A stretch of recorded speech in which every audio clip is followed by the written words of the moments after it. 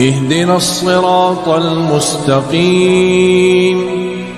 السلام عليكم ورحمة الله وبركاته.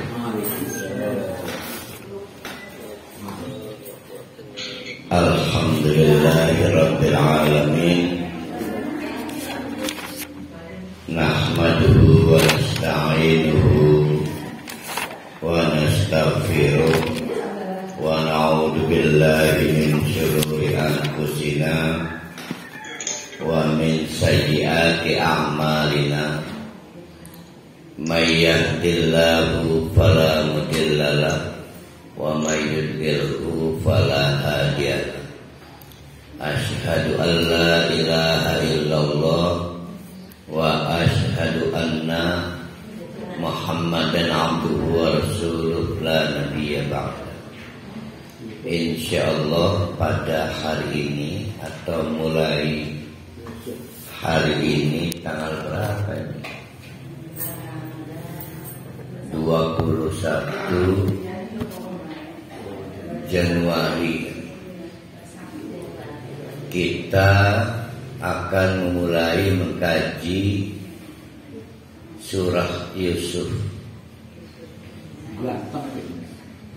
Nah, macam-macam respon orang, ada soal ganteng dan sebagainya.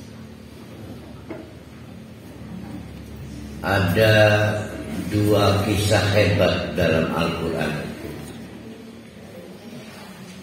Pertama, kisah Nabi Musa alaihissalam.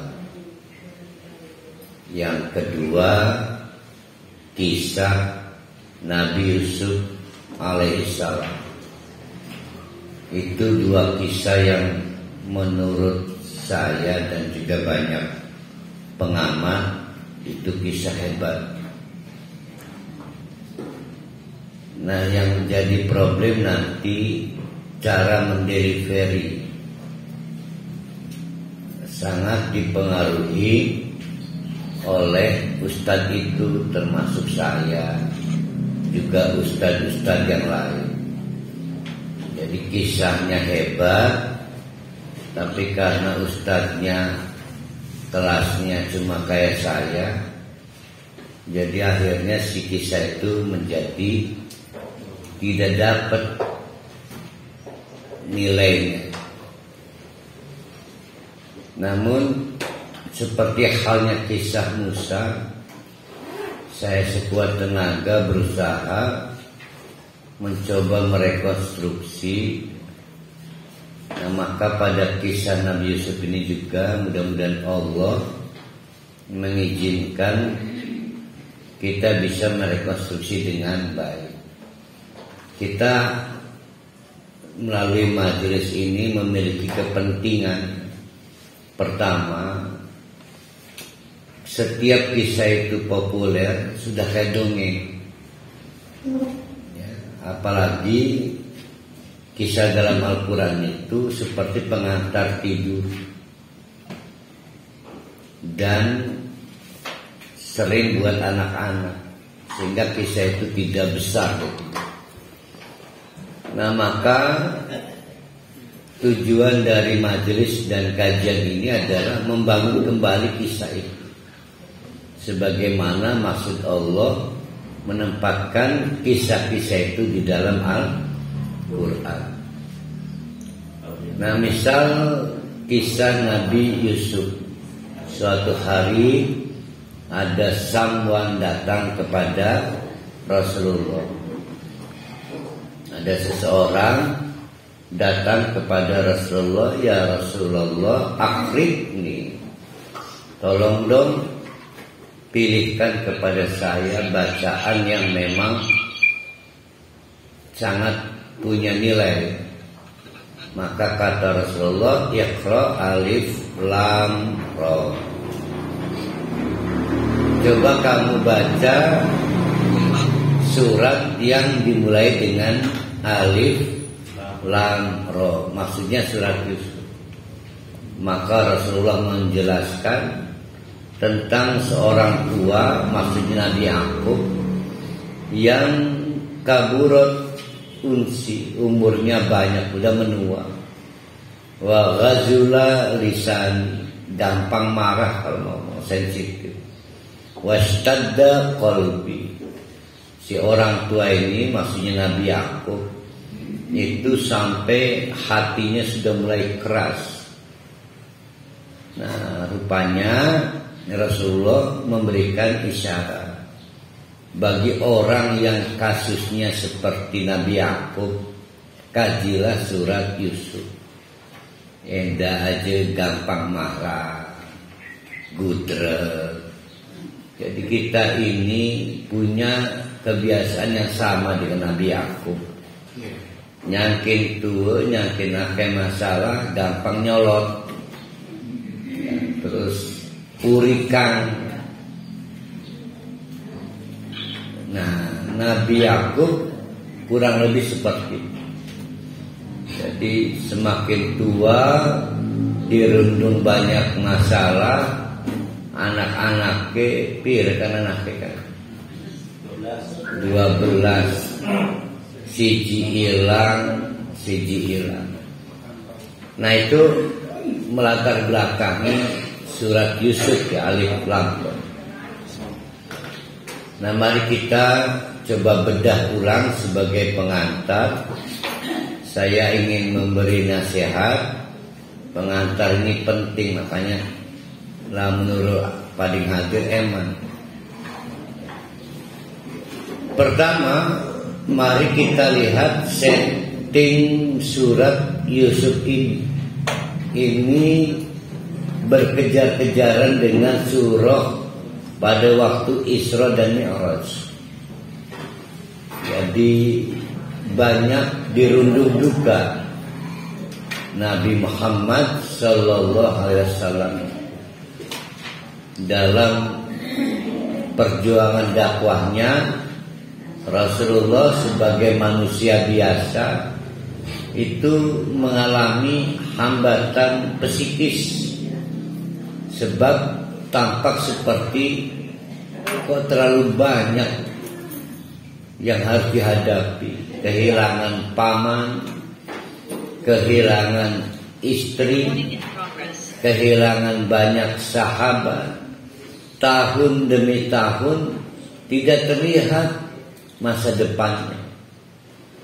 Coba sekejap atau sebentar bandingkan seberapa persisnya antara Nabi Muhammad dengan Nabi Yakub. Seberapa persisnya apa yang dihadapi Nabi Muhammad dengan apa yang dihadapi Nabi Yakub. Nabi Muhammad kehilangan orang tua, lalu di tengah-tengah dakwah yang sudah mulai keras menghadapi penolakan-penolakan, maka kebutuhannya kepada paman itu tinggi, meninggal juga. Tapi tambah tidak beruntung, istrinya Siti Khadijah juga meninggal. Nah, coba bandingkan dengan Nabi Yakub. Nabi Yakub kehilangan Nabi Yusuf. Di tengah-tengah situasi semakin memburuk, paceklik yang tidak berkesudahan di negeri Mesir, malah ditambah dengan kehilangan satu anaknya lagi karena tertahan di kota. Mulai kelihatan samanya antara Nabi Muhammad dengan apa yang dialami Nabi Yakub. Pertanyaannya, surat Yusuf ini soal Nabi Yusuf apa soal Yakub?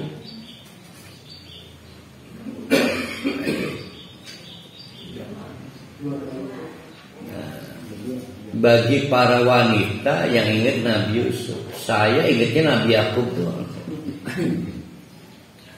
Jadi surat Yusuf ini surat tentang Nabi Muhammad jangan baper, bahwa yang kamu hadapi tidak serumit yang dihadapi Nabi Yakub. Sebetulnya itu. Cuma sayang bapak-bapak terutama yang lagi hamil lebih ingat Yusuf. Emang siapa Yusuf itu?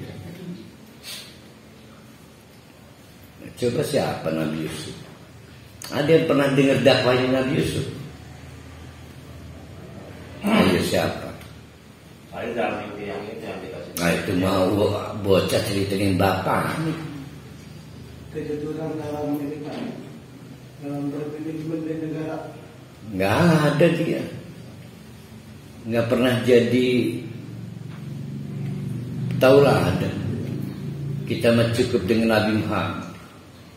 Ada juga kalau bagi laki-laki tukang ngerande, menahan godaan, harus lihat ketahanan Nabi Yusuf. Jadi kembalikan surat Yusuf atau kisah Yusuf. Ketika Allah ingin Nabi Muhammad tidak gagal berdakwah, dia menghadapi loss, banyak kehilangan, maka Allah mengingatkan Nabi Muhammad, lihat Yakub, dia menghadapi hal yang lebih tragis lagi, kehilangan anak terus menerus. Nah, surat Yusuf di situ. Makanya bapak-bapak, ibu-ibu, mari kita perbaiki positioning kita. Kalau kita baca surat Yusuf atau kita ingin mempelajari kisah Yusuf, sebetulnya kita bukan sedang belajar tentang Nabi Yusuf, tapi tentang seorang tua menghadapi banyak tragedi. Salah satu tragedinya itu melalui sejarah Nabi Yusuf yang memanjang itu. Sebetulnya. Nah, oleh karena itu dari berapa ayat itunya surat Yusuf itu? 111. Dari 111 ayat itu ada 3 asma Allah yang diperkenalkan.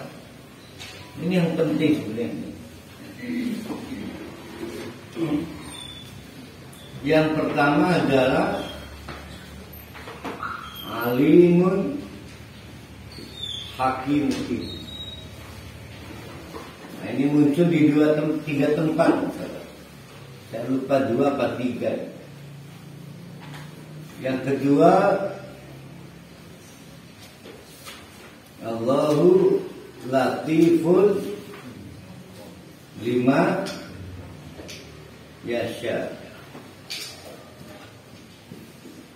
Jadi latif. Yang ketiga, Allah ghalibun kan? Apa ghalibun, apa itu kalimatnya?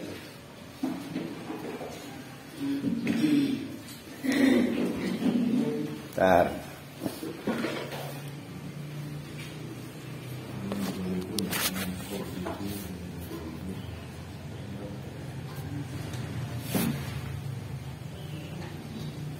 Allah ghalibun ala amri. Kalau boleh saya membuat postulat awal, bagaimana cara mengukur atau membuat indikator keberhasilan mempelajari kisah Nabi Yusuf, memahami 3 ini. Bukan mengenal kisah Nabi Yusuf. Kata Allah, hai Muhammad, ingat, Allah itu alimun hakim. Ini yang diajarkan Nabi Yakub ini. Jadi Nabi Yusuf itu hanya panjangnya sejarahnya. Allah itu alimun hakim. Jadi jangan punya anggapan meninggalnya Khadijah, meninggalnya paman, mencoba mencari suaka ke Taif, kemudian berakhir dengan kecewa. Nabi Muhammad dibayang-bayangi langkah dakwah ke depan bagaimana. tahun itu kemudian dikenal dengan Amul Husn. Tahun penuh kesedihan bukan karena kehilangan Rabi, bukan. Tentang masa depan dakwahnya. Kudu prinen iki. Kata Allah, hai Muhammad, lihat sejarah Yakub. Dia bukan sejarah dongeng. Lihat di ujung ayat dari surat Yusuf. Dia bukan dongeng. Dari 114 ayat itu hanya nama resmi yang disebut itu Yusuf, Yakub, Ishak, Ismail, Ibrahim. Yang lainnya kata kiai, kata ulama. Ada nama Bunyamin, ada nama Zuleha, ada yang nyebut lagi Zaliha. Jadi nggak penting, yang penting itu Yakub dengan Yusuf. Kata Allah, hai Muhammad, Allah itu alimun. Allah juga hakim. Kalau kamu kehilangan Khadijah, ditambah paman, kehilangan juga dukungan dari suku pokok utama kamu yaitu di Taif, itu Allah bukan tidak tahu apa yang kamu alami. Allah itu tahu semuanya. Dan Allah itu hakimun, punya dasar pengetahuan. Jadi jangan gugup, jangan kena mental, jangan baper. Allah tahu semua yang dilakukan pasukan-pasukan. Mana yang lebih enak dan menenangkan? Ketika kita gagal, tetapi orang tua kita tahu kegagalan kita. Atau kita gagal, orang tua kita nggak tahu dan tidak mau tahu kegagalan kita. Dan yang enak yang pertama. Nah, maka bagi pejuang dakwah atau orang-orang yang sedang menghadapi tragedi, yakinkan Allah Maha tahu. Tenang, jangan khawatir. Dan hebatnya Allah itu hakim. Nah, ketika ada mental Allah alamin hakim, berarti secara psikis yang timbul apa itu? Optimis. Nah, Nabi Yakub ketika dilaporkan bahwa Yusuf meninggal oleh saudara-saudaranya, tentu Nabi Yakub terpukul. Karena tidak dapat dipungkiri sebagai orang tua dan juga Nabi, Nabi Yakub tahu dari 12 anaknya Yusuf yang paling istimewa. Dari 12 anaknya Yusuf yang paling istimewa. Perhatikan dulu ya. Dari 12 Yusuf yang paling istimewa. Jadi anaknya 12. Yusuf, berarti Yusuf mengalahkan berapa anak? 11. Ini disebut dengan ijtaba. Di situ apa? Di ayat 6 kalau salah ya. Kalimatnya apa itu? Wa kadzalika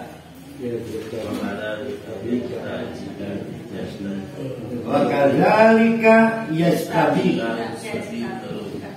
Dan Allah telah memilihmu.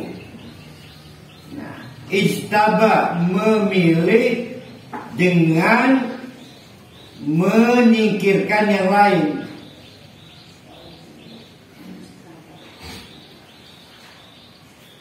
Kalau bahasa kitanya idol, American Idol, Indonesian Idol. Jadi kalau ada idol berarti ada yang pulang bawa koper, ada yang tersisih. Tapi Nabi Muhammad nggak pakai pemilihan begitu. Maka Nabi Muhammad disebut Mustafa. Tuh ya kan? Jadi yastabika dengan istofa itu sama. Ijtaba artinya terpilih, istofa juga terpilih. Kalau iftara, Hah? Ikhtaro. Itu mama minta yang terbaik gitu. Nah, kalau istaba memilih dengan cara memilah, kalau istofa memilih tanpa argumentasi. Nah, Nabi Muhammad terpilih sejak bayi, tanpa ada yang tersisih, bukan kompetisi. Tapi Nabi Yusuf terpilih dari 12 anak. Maka kata Nabi Yakub, pada waktu Nabi Yusuf menceritakan, perhatikan ayatnya itu menarik. Itu usia belasan, usia di bawah 10 tahun. Gimana itu kalimatnya itu yang menceritakan ada bintang itu? Recording in progress. Ayat 4 ya. Ikola Yusuf cerita nih bapak nih, kita ngimpi biasa makan mah. Ana bintang lan bulan pernah sujud di kita. Lihat kalimatnya diulang lagi. Inni ra'aitu. Ada 2 kata ra'aitu. Itu gaya anak kecil, terus makanya kita nih, terus. Jadi itu diperkirakan umur 10. Ya. Sehingga ngulang maning. Ayahnya Nabi Yakub tekun mendengar. Seolah dapat wahyu dari Allah. Dari 12 anak sudah kelihatan kan, yang ini adalah Nabi. Kemudian kita nyebutnya Nabi Yusuf. Nah, rupanya secara gimmick sudah terpantau oleh saudara-saudaranya. Hasad timbul. Dan itulah yang memicu konflik antar saudara dari 11 anak yang lain. Sampai kemudian anak-anaknya itu merancang suatu pembunuhan untuk Nabi Yusuf. Walaupun akhirnya Allah menyelamatkan, niat hati membunuh, tapi akhirnya cuma menculik statusnya kan. Nah, di sini Nabi Yusuf terpilih menjadi istaba. Pada waktu Nabi Yakub itu kemudian hatinya berbunga-bunga, karena samalah dengan kiai punya anak bolulas, tetap was-was kalau belum kelihatan satu aja bakal menggantikan posisinya. Pengen duit ustaz, pengen duit kiai. Bani wadon kabeh anake mulai gegelak di calon mantu kan. Sama Nabi Yakub juga sama. Begitu mulai dapat informasi, selamat ya, dari 12 anak kamu punya satu yang meneruskan, namanya Yusuf. Tahu-tahu dilaporkan terbunuh. Gimana? Runtuhkan psikisnya. Maka kata Nabi Yakub, alimun hakim. Ini yang pertama kali muncul ya. Alimun hakim, tetap optimis setelah Yusuf dinyatakan hilang. Itu pelajaran pertama. Alimun hakim. Saya lupa itu di ayat berapa itu. Kita mau buat ringkasan sampai 112 ya. Rasanya apa lagi surat dikit kan rasanya.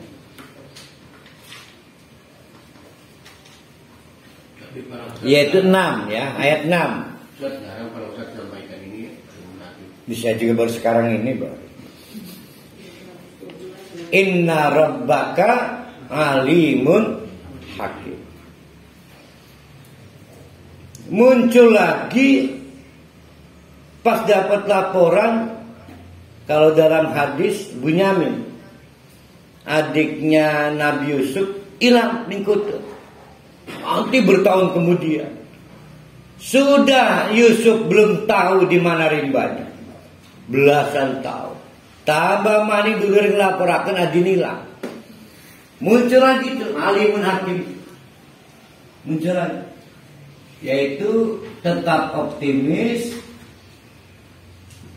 setelah Bunyamin ya. Bunyamin hilang. muncul alimun hakim itu di ayat 100 ketika komentari reuni bukti optimis karena akhirnya berkumpul nih ayah dan anak-anaknya kan pada saat reuni di Mesir, kumpul kayak keluarga Cemara, Yakub, anak yang hilang pertama Yusuf, anak hilang kedua Bunyamin, dan 10 saudaranya, di mana Yusuf sudah menjadi seorang pejabat. Dari Yusuf berarti di Bani Israel nih. Itulah sejarah pertama turunan Bani Israel tinggal di Mesir. Kan turunan Nabi Ibrahim nih. Jadi untuk pertama kali Bani Israel tinggal di Mesir melalui wasilah Nabi Yusuf. Lalu menjadi bangsa terjajah. Lalu dikirim Nabi Musa. Urut-urutannya begitu kan? Nah, alimun hakim. Yang kedua, Allahu latifun lima yasha. Latif itu latif. Bani Latif ada di mana Bani Latif? Di Bogor. Hah? Di Bogor. Oh iya benar. Iya benar. Jadi anu yayasan Bani Latif, anu yayasan Al-Jawharatun Naqiyah. Bu bahasa Arab primen begini karena kalau pakai Al-Jawharatun Naqiyah berarti naat manut. Mestinya kan mudhof ilaih. Mestinya mah Jawharatun Naqiyah. Pokoknya bahasa Arab Cibeber gitu.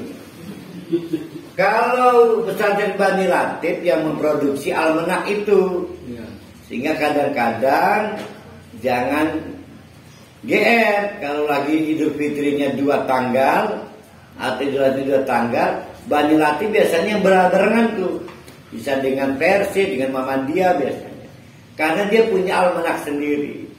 Nah yang memproduksi itu namanya Bani Latif. Dia pesantren Bani Latif. Nah punya madrasah formal Al-Jawharatun Naqiyah bijeku, walaupun satu almarhum Kiai. Nah istri 2. Jadi saya nih kalau punya istri lagi harus buat majlis lagi 1. Nah karena belum ada majlisnya udah sampai di sini. Allahu latifun, halus. Saking halusnya tidak dapat, ingat ini halusnya maksudnya tidak dapat dipantau. Siapa yang pernah menduga Anies akan jadi orang sepopuler ini? Padahal dia teman kuliah waktu di UGM. Pertumbuhan perkembangannya tidak terpantau. Latifun. Itu namanya latif. Siapa yang pernah menduga Parohali seikhlas ini orangnya? Begini, waduh, orang dia menakut. Latifun. Jadi apa yang dibuat Allah itu nggak bisa dipantau orang. Andai kata Nabi Yusuf tidak mengalami dinamika kayak gitu, pernah tidak membayangkan cara menyelamatkan negeri Mesir dari kekeringan yang bisa menewaskan ribuan atau ratusan ribu penduduknya. Jadi dari sejak Nabi Yusuf atau Yusuf itu ditaruh di sumur, akhirnya diambil oleh orang yang sedang melakukan traveling perdagangan, dijual sebagai budak ilegal, dibeli oleh pejabat istana, lalu difitnah terus sampai akhirnya jadi pejabat pada saat terancam kemarau panjang melalui wasilah mimpi. Itu berapa puluh tahun itu prosesnya itu. Latif. hanya untuk menggiring Nabi Yusuf tampil menjadi orang yang punya jasa besar mengantisipasi kemarau panjang. Kemarau panjang ini jangan dianggap sepele, karena salah satu warga yang pesisirnya adalah ayah dan saudara. Ya kan Nabi Yakub dan keluarganya. Artinya kalau di kota aja kemarau panjang itu melumpuhkan ketahanan pangan, pasti lebih mati lagi yang di zona-zona pinggir. Tapi Nabi Yusuf oleh Allah diperankan dengan dinamika dari sumur itu sampai ke Mesir kota, sampai diberi pejabat, rajanya bermimpi aneh, Nabi Yusuf menjawab. Dari situ jalan terbuka. Perempuan yang coba memfitnah itu akhirnya mengakui kesalahannya, kan gitu urutannya kan. Kewah curku big bakal merkononiku. Itu namanya latifun.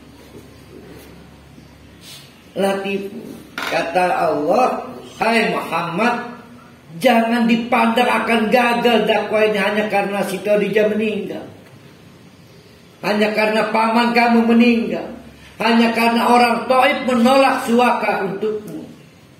Kamu jangan menganggap habis ini masa dipandangkan, habis ini. Latifun, kamu nggak bisa menduga apa yang dilakukan Allah. Jadi sekali lagi surat Yusuf untuk kepentingan Nabi Muhammad lagi terpuruk ini. Ini amul husni. Ya. Maka kata Allah, hei Muhammad, lihat Nabi Yakub. Sampai Nabi Yakub berkomitmen, Allahu latifun bima yasha. Itu saya nggak bisa membuat satu diagram kayak aku kan anak-anak kecil yang tahu Allah. Allahu latifun bima yasha. Kadang-kadang saya sebagai ayah juga ada putus asa ngeliat anak seurip-urip lah. Nah itu salah, itu serahkan pada Allah yang tahu. Jadi latifun lima yasa harus tidak dapat dipantau. Yang ketiga, nama Allah yang diperkenalkan di surat Yusuf, Allah ghalibun ala amri. Perhatikan kata amrun dulu. Apa yang diingat kalau ngomong amrun? Perintah apa lagi? Yang suratnya urusan. Mana yang urusan? Urusan. Di surat Yasin itu apa amruh itu? Bukan kalimat wa'idha yang kun fayakun primen kan ini? Amruh ini luar biasa macam Yasin pasti kan? Wa amruhu isim kanan ya. Bikin keluaran luar biasa Yasinan.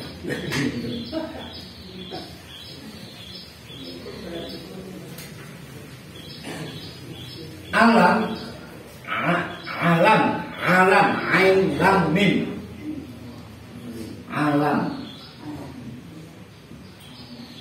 Alami, alam raya, alam ilmu itu satu. Alam itu ada dua. Ini alam Allah maksudnya ya. Ada alam khalqi, ada alam amri.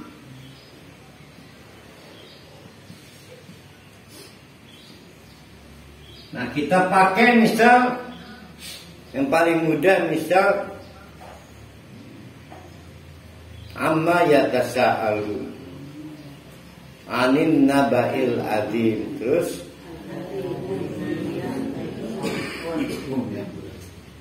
kata Allah, coba perhatikan siapa yang menciptakan langit dan bumi. Nah langit dan bumi itu ciptaannya. Nah itu berarti alam khalq. Berarti al-ardu. Ini misalnya Terus as-samawat. Kata Allah, alam naj'alil arda mihada. Akhirnya ada yang betah tinggal di kawajan, tapi ada yang dibikin gak betah oleh Allah. Padahal buminya diciptakan sama. Maka apa yang akan terjadi itu tidak bisa ditebak. Namanya alam amri. Berarti amrinya apa di sini? Mihadan, libasan, apalagi ma'asyan, subatan. Ini alam amri nih. Alam amri itu artinya perkara-perkara yang belum kita ketahui. Tapi bumi udah diciptakan kan? Ke dalam boten? Ke dalam. Langit kelihatan. Alam holki. Tapi yang belum terjadi lebih banyak. Nah yang belum terjadi itu namanya amri. Kata Allah, dan namanya amr Allah itu, kalau Allah mau, kun fayakun. Semudah ngomong kun fayakun. Amr, alam amr. Nah, dikasih malam, apa semuanya bisa tidur? Ada yang dibikin gak tidur oleh Allah. Amrnya gak sama. Dikasih siang, ada yang bisa kerja. Ada yang dibuat gelisah oleh Allah, gak bisa kerja. Ada yang dikasih tidur, bangun tidur capek. Padahal kata Allah, wa ja'alna naumakum subatan, pemutus, qat'un, sabtun. Orang Yahudi menjadikan Sabtu itu pemutus hari. Karena di dalam teologi Yahudi, Allah menciptakan alam semesta hitung dina. Ya. Pragat dina Sabtu, maka Sabtu istirahat. Mutus dina liyane. Itu Sabat. Wa ja'alna naumakum subatan. Dan kami jadikan orang bisa tidur subatan, endah terputus bisa istirahat. Tapi banyak yang habis tidur malah capek. Itu namanya alam amr. Kata Allah, Allahu ghalibun ala amrihi. Emang Nabi Yakub sudah bisa mendefinisikan bakal jadi apa ini si Nabi Yusuf? Gelap, penuh kesedihan. Yang bikin sedih lagi, 11 anak yang lain ke Arab apa sih? Gawe bayi wong tua sedih. Bahkan kalau saya mungkin coba siaran pengen jadi apa sebenarnya? Gawe wong tua sedih baik pun. Nggak kebaca amat, nggak kebaca itu namanya amrun. Kata Allah, Allahu ghalibun. Ghalibun itu dominan atau mendominasi.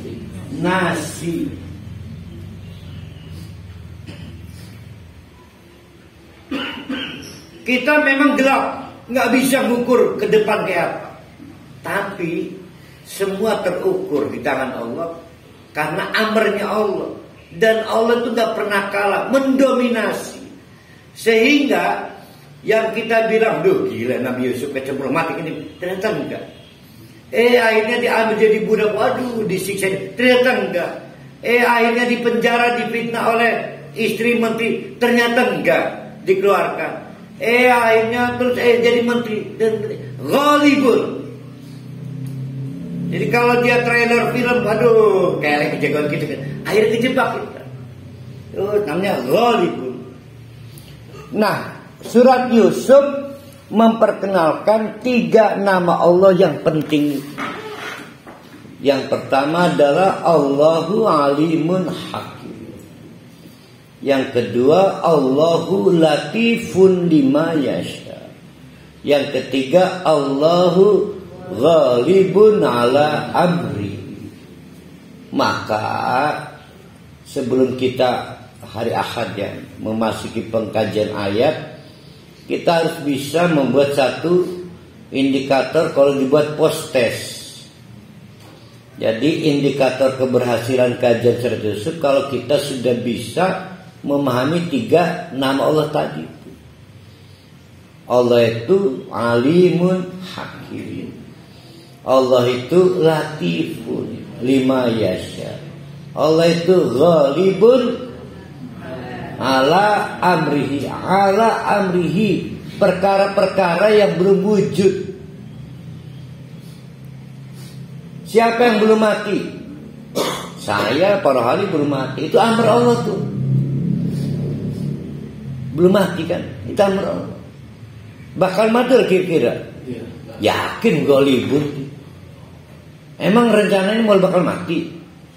Saya yakin, saya nggak mati saya. Ya nggak tahu para ahli kira-kira yakin bakal mati orang. Nah itu namanya ghalibun. Ghalibun.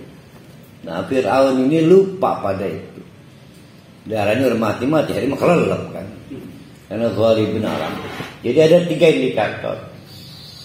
Ini penting buat Nabi Muhammad. Nabi Muhammad terpuruk. Istrinya meninggal. Pamannya meninggal. Mencoba meminta suaka dari primer sukunya yaitu di Taif. Malah dipecundangi. Dilaporkan pembesar-pembesar Taif itu mengerahkan anak-anak kecil untuk mengolok-olok Nabi. Itu sedih, dibadu dipisah. Itu kalau saya dakwah kayak Nabi Muhammad bisa rasanya gelap au a'lab. Kata Allah jangan gitu. Yang kamu lakukan diketahui Allah. Allah itu alimun dan Allah gak sembrono, hakimun. Kamu harus punya keyakinan itu. Yang kamu hadapi gak seberapa. Coba bandingkan dengan Nabi Yakub. Oh lebih ngeri lagi para ahli. 12 anak lah sing didemani hilang. Sing 11 gawe terbahani waktu. Tapi kata Nabi Yakub istilah kita menurut ilmu ini. Tapi Allah pasti tahu. Lagi gimana masa depan anak saya. Dan gimana Yusuf itu kan. Saya nggak bisa memantau apa yang akan terjadi. Allahu latifun lima yasha. Muhammad, kamu nggak akan tahu perkembangannya. Akhirnya iza jaa nasrullahi wal fath. Terus fadkhulun nasu ay wa ra'aitan nasa yadkhuluna fi dinillahi afwaja. Kebayang oleh Nabi Muhammad. Kan enggak latifun. Berbondong-bondong setelah Fathul Makkah. Bahkan yang bikin sedih. Begitu Nabi masuk Mekah, pecundang-pecundang yang musuh itu reuni. Kumpul kafir, ngaku dulu. Kebayang tidak Nabi Yakub kumpul dengan Nabi Yusuf, dengan Bunyamin dan 10 anaknya. Udah mulai mirip kan, sama kan. Nah itu makanya proyek gak boleh gagal Nabi Muhammad. Karena kalau gagal bahaya, gak ada manfaatnya kisah Nabi Yakub dan Nabi Yusuf intinya. Nah yang ketiga adalah ghalibun ala amrihi. Ternyata kalau cuma Siti Zulekha kecil yang dihadapi Nabi Muhammad siapa? Abu Jahal kecil. Nabi Yusuf di penjara. Dia harus menghadapi 2 pilih, 3 sebenarnya, bukan 2 itu. Coba yang pada saat dirayu itu diancam di mana itu ayatnya? Ini yang paling populer di antara tukang ngewayuh itu.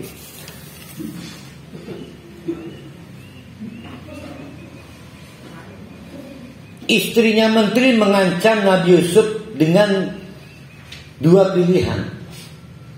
Saya penjara kamu, atau saya permalukan kamu. Kalau nggak salah ya, yang sogir mana yang ada kalimat sogir atau sigor? Sogir. Sodgoro.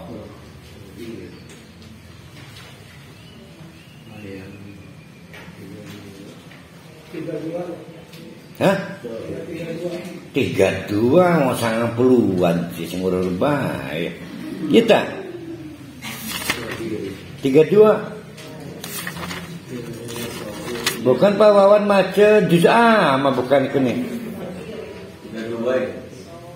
Oh iya benar, pintar Pak Wawan. Nah, berarti ada berapa pilihan itu dari istrinya itu? Ini ngerayunya udah berbulan-bulan loh ini. Kita wis keleh biji. Maka diancam dengan dua pilihan. Satu, dipenjara. Ya. Dua, dipermalukan. Sogen kan? Sebenarnya mah 3 pilihannya berarti. Milih penjara, milih saya permalukan, difitnah, atau milih ketiga. Apa yang ketiga? Salah. Setuju zina. 3 pilihan kan? Sekarang Nabi Muhammad menghadapi 3. Ayo, pilih ditawan oleh Abu Jahal, Abu Lahab, pilih dipermalukan di Taif, atau yang ketiga menyerah dalam dakwah. Sama 3 pilihannya. Nabi Yusuf menjawab. Apa jawabannya? Bahwa jawabannya di ayat 90-an kan? Nanti kita terakhir akan membuat simetrisnya ya. Itu di ayat 30 ya Pak Wawan ya? Ayat 30-an. Nanti jawabannya di ayat 90-an itu. Bahwa penjara lebih aku sukai. Jadi bukan ayat untuk orang mau di penjara. Iki mebatur-batur anu vonis dipanjingan di lapas. Masih doa nikian. Salah. Orang yang menolak zina, menolak korupsi, maka ayatnya mendingan di penjara daripada korupsi. Nah, itu maksudnya. Nah, hebat Nabi Yusuf itu. Hebatnya di situ. Sehingga kalau kita jadikan cermin untuk Nabi Muhammad, nggak seberapa di hadapan Nabi Muhammad. Nggak seberapa. Mana lebih mengerikan, menghadapi intimidasi preman atau wong wadon wis bugil? Nah, itu udah cantik, punya pengaruh, interval waktunya terus menerus,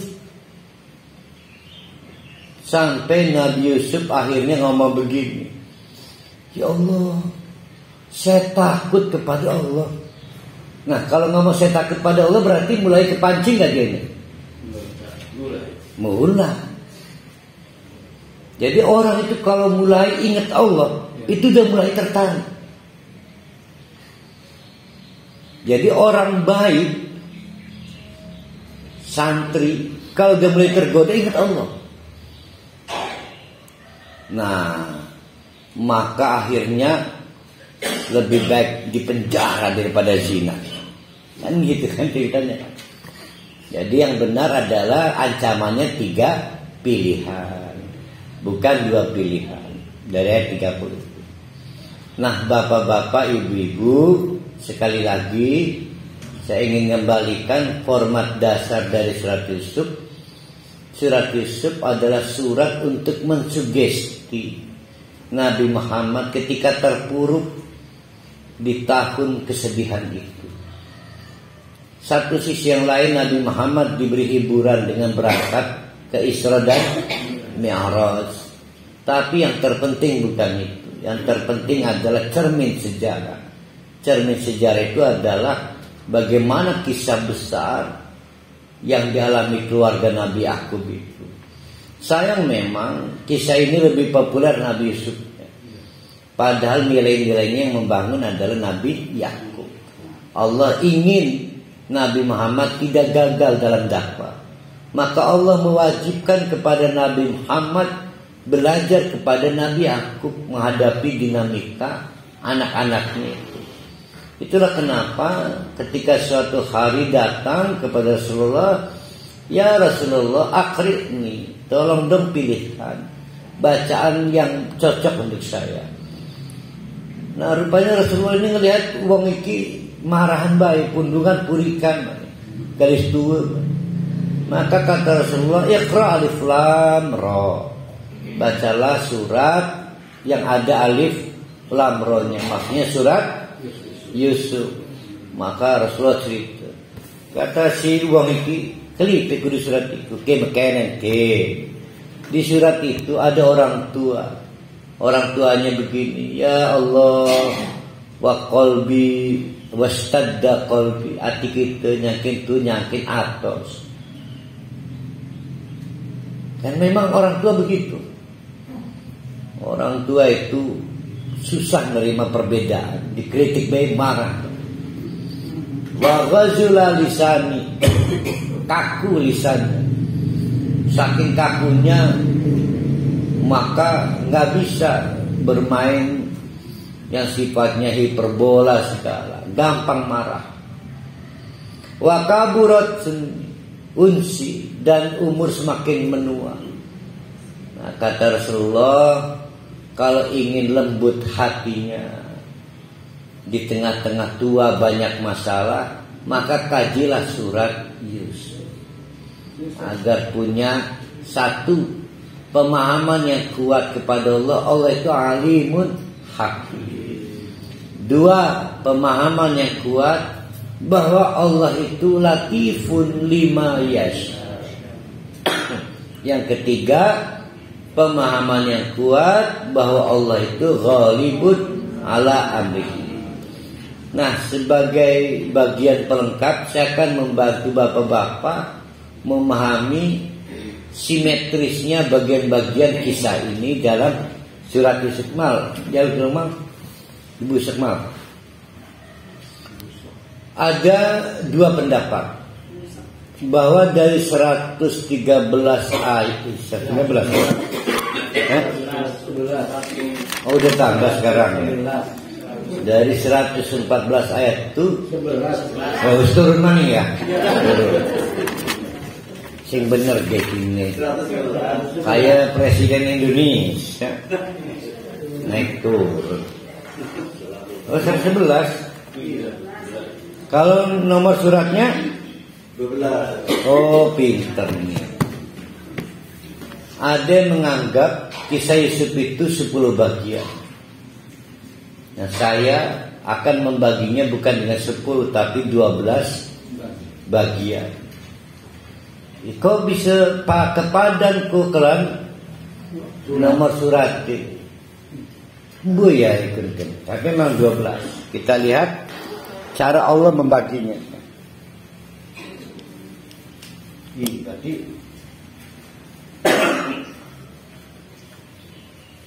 nah, kita bantu dulu dengan membuat nomor dari 1 di sini. 2-nya di sini.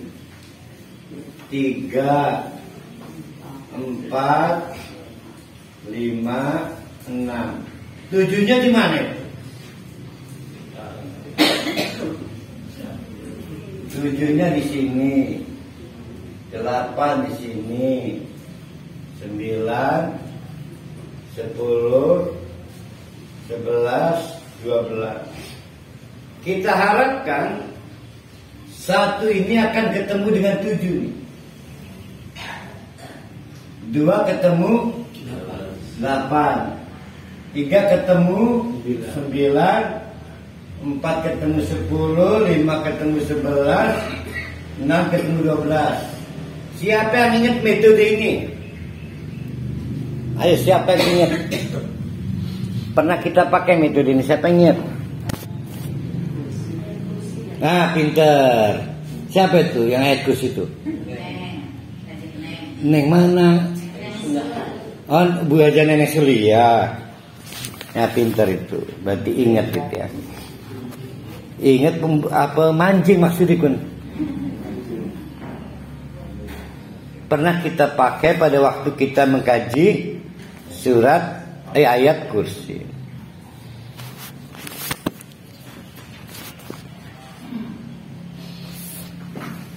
Pertama, bagian pertama adalah Yusuf cerita mimpi.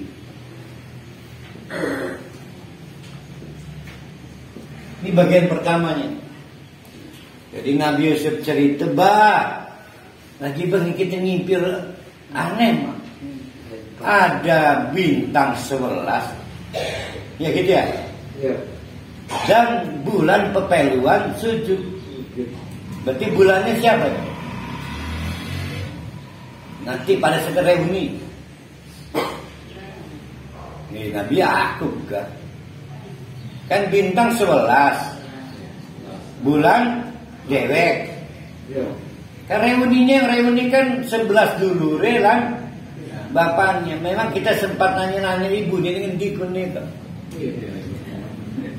Yang kedua, bagian kedua,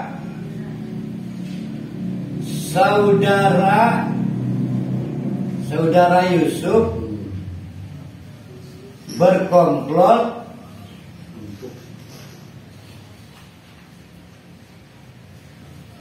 mencelakai Yusuf. Berapa saudara nih? Yang mencelakai kok. Yang punya motif 10.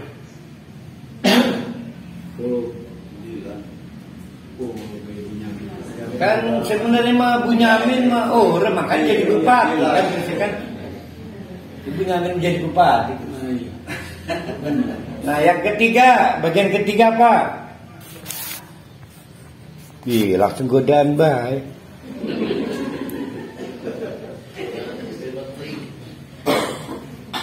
Yang ketiga itu berarti ada di ayat 30-an ya. 20 apa 30? 30 loh. 20. Istri menteri dulu nih. Istri menteri merayu, menggoda.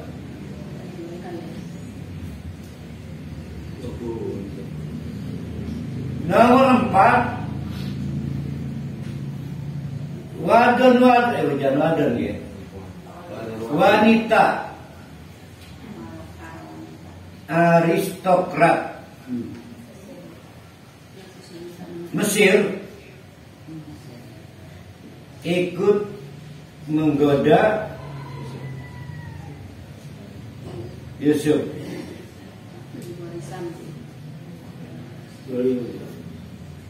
Itu kan urutannya kan, sehingga yang kelima Yusuf dikriminalisasi dan dipenjara. Gitu ya. Bagian keenamnya apa itu?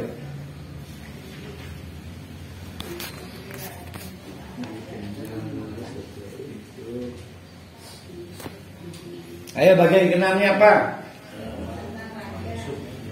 Hah? Nah, pintar ke siapa kok?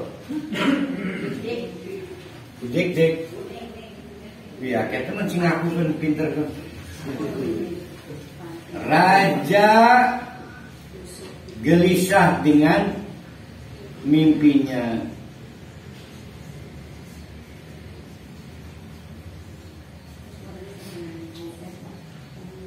Ini ada di ayat berapa nih kelompoknya nih?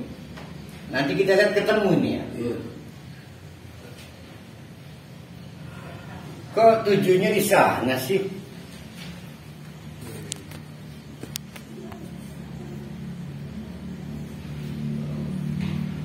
Saya tadi tujuhnya di sini.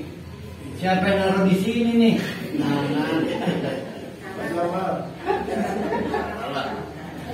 Benar sama singgul kita nih.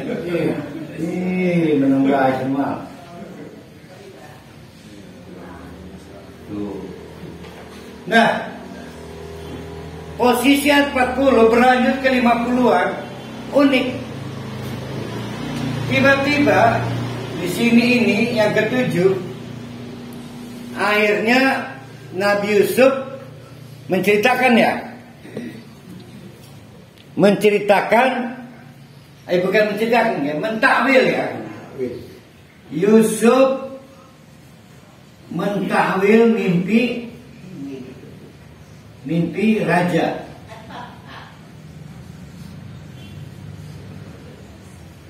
Lihat, udah linear tuh, udah tuh, ya. Berarti nomor 6 lawannya nomor 7. Gara-gara Yusuf punya jasa baik, yaitu membantu raja memetakan takwil mimpinya tentang kerbau itu kan, maka Yusuf dapat hadiah. Hadiahnya apa? Dibebaskan dari penjara.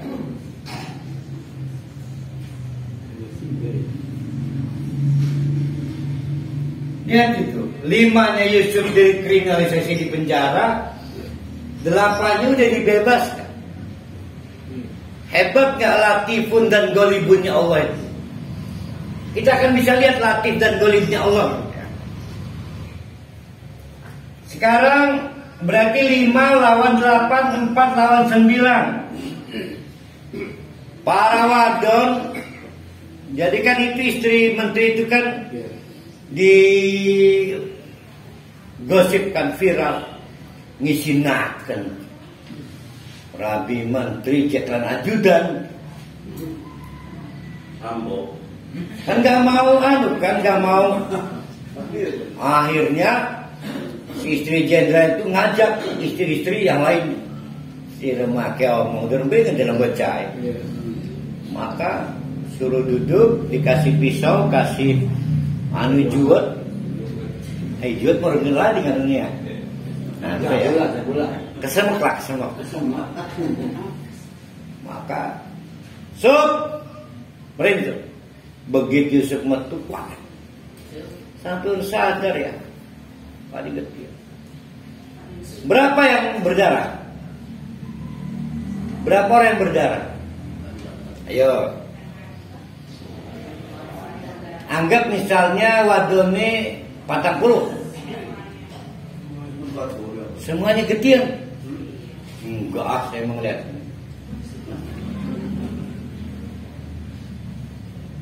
Satu yang berdarah, namanya Romlah mungkin.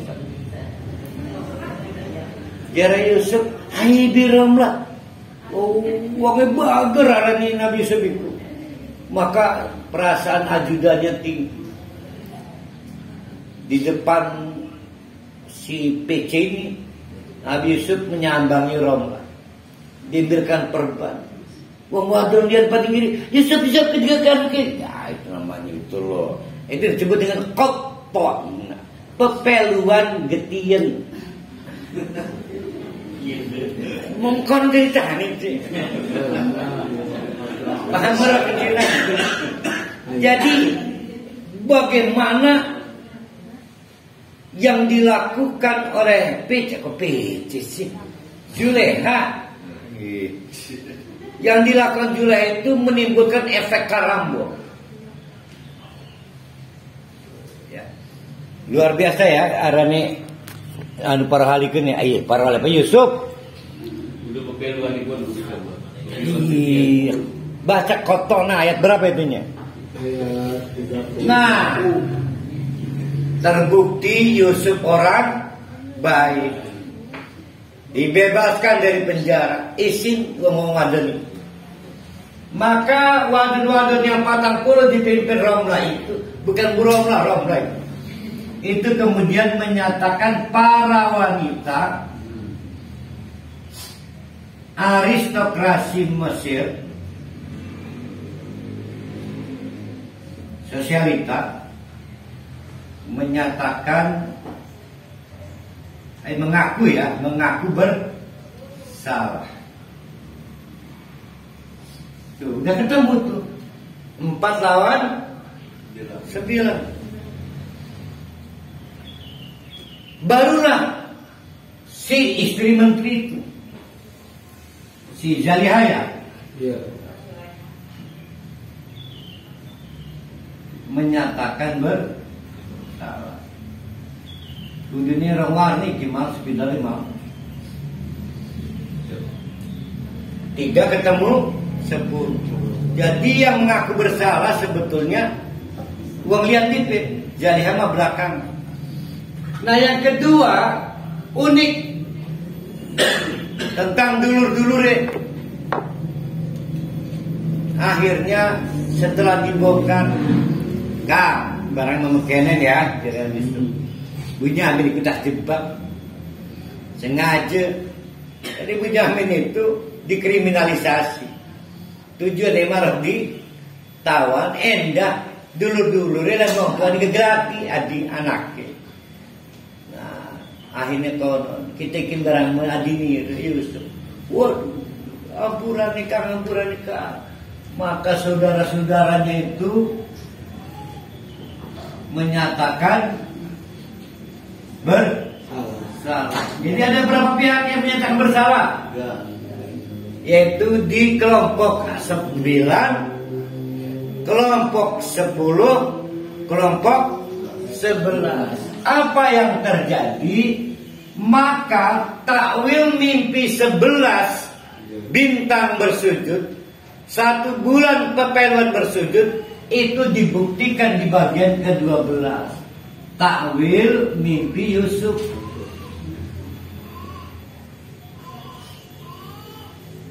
Kan di bagian pertama Yusuf cerita nih bapaknya. Dijawab di bagian ke-12. Kok kepikir orang Allah garis surang kem konon tuh. Ya bisa arane simetris ke primen konon tuh. Ya Allah ya. Arane Al-Quran ya. Luar biasa arane Al-Quran. Kepikiran urus surat kem konon itu. Kita nggak kepikiran. Kamu pada kiai mana tentang cerita baik, dongeng baik. Makanya ajaib surat Yusuf itu. Sama ajaibnya kalau kita yang ayat kursi itu. Masih ingat nama metodenya apa Bu Ajan ini? Yang ayat kursi itu metode ring. Ya. Nah ini disebutnya symmetric method. Yang ini sekalinya kelompok-kelompokkan ayatnya 30, 40, 50, 60, 70, 80. Nah sedangkan ayat 1 Alif Lam Ra ayat 2 itu nanti berlawanan dengan 111 untuk Nabi Muhammad itu. Yang tapi dengan ayatnya ya? Ya nanti kan besok kalau dikasih umur kan ketemu nih. Cuma ini kan paduannya kayak begitu. Ya Allah ya hebat ya Al-Quran itu ya konon. Jadi kalau kita cuma baca emang gak dapat ininya, mukjizatnya itu. Bagian pertama terjawab oleh bagian ke-12. Kita bilang happy ending. Happy ending itu ghalibun ala amri. Aja khawatir sih Allah memenangan. Tapi kita nih was-was. Lah iya gemas Allah kepantau latifun. 5 yasha. Yakin alimun hakim. Begitu ya. Jadi berarti kalau pakai penjelasan awal ada berapa peristiwa penggunaan asma Allah baik alimun hakim, latifun 5 yasha maupun ghalibun alam. Ada berapa kasus? Enggak dong. 5 alimun hakim di 3 case, latifun 5 yasa 1 case, ghalibun ala amri 1 case. Kan tadi gitu kan 5. Sedangkan 3 ayat pertama dan 3 ayat terakhir adalah untuk Nabi Muhammad. Muhammad, baperlan kena mental amat. Kamu bukan sendiri dan kamu gak seberapa. Lihat Nabi aku. Akhirnya di ayat 11, hai Muhammad, ini kisah yang bukan berbohongan, yang lain bohong. Kan ada begitu kan kalimatnya ya. 111-nya ya.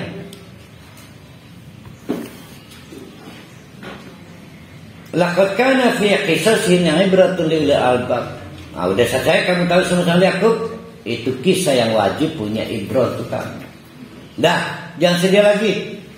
Memang Khadijah istri kamu meninggal, paman kamu meninggal, kamu tertaib. Tapi Allah ghalibun ala amrihi. Walakin tasdiqal ladzi baina yadayhi. Nah, itulah kisah yang nanti akan menjadi pembeda. Kamu harus berbeda kamu. Wa tafsira kulli syai' dan tidak bisa dicampur aduk. Banyak orang jatuh tapi karena maksiat kamu terlihat jatuh padahal kamu nanti akan tegak. Lihat itu Yusuf digoda bertubi-tubi bukan oleh satu perempuan, banyak perempuan, tetap tegak dan akhirnya menang. Wahudan, kamu akan dapat petunjuk. Warahmatan, belas kasihan dari Allah. Liqaum yamin, kalau kamu percaya pada kisah itu. Nah, percaya pada kisahnya atau percaya pada nama Allahnya, sifat Allahnya. Nah, maksud saya kita meyakini satu, Allah itu alimun hakim. Dua, Allah itu latifun lima yasha. Yang dilakukan Allah ketebak, latif. Yang ketiga, Allah ghalibun alami. Aja khawatir Allah memenangan. Ghalibun. Nah, alhamdulillah, walaupun banyak yang terlambat, saya akhirnya bisa mengantarkan sampai besok kita kajian. Nanti kalau kita anggap kita ulang lagi besok pengantarnya. Karena kalau belum paham-paham nggak diantar-antarkan, nggak mulai-mulai. Ya, artinya saya lebih senang kalau bapak-bapak, ibu-ibu paham dulu baru kita masuk. Sehingga lebih enak ketika ada di jalan, tahu mana dinding barat, timur, utara, selatan, bahkan sorok buruh lubangi. Karena ini paruh hari gawe kunci, udah ketemu lubangnya mana. Ada kunci uang, hilang uang dibuka. Salah kamar, salah